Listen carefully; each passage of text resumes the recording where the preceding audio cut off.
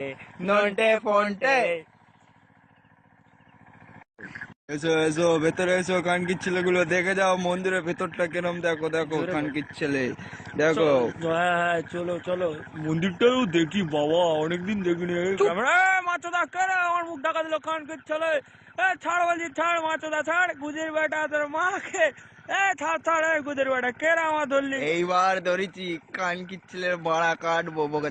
এই তুমি ওকে ধরেছো কেন? তুমি আমাদের স্যারকে ছেড়ে দাও, খানকির ছেলে। এই গুদির বেটা, কি হচ্ছে, কি হচ্ছে, কি হচ্ছে, কি হচ্ছে? আহ, আহ, আহ, আহ, আহ, আহ, আহ, আহ, আহ, আহ, আহ। খানকির ছেলে, ওই লাগছে হ্যাঁ, কি? মন্দিরে ঢুকা গুদির বেটা। আয়, এবার তোর বাড়া কাটবো। আহ, আহ, আহ, আহ। বাড়া কাটলেই আমি ধন পাবো, গুপ্ত ধন। আহ, আহ, আহ, আহ, আহ।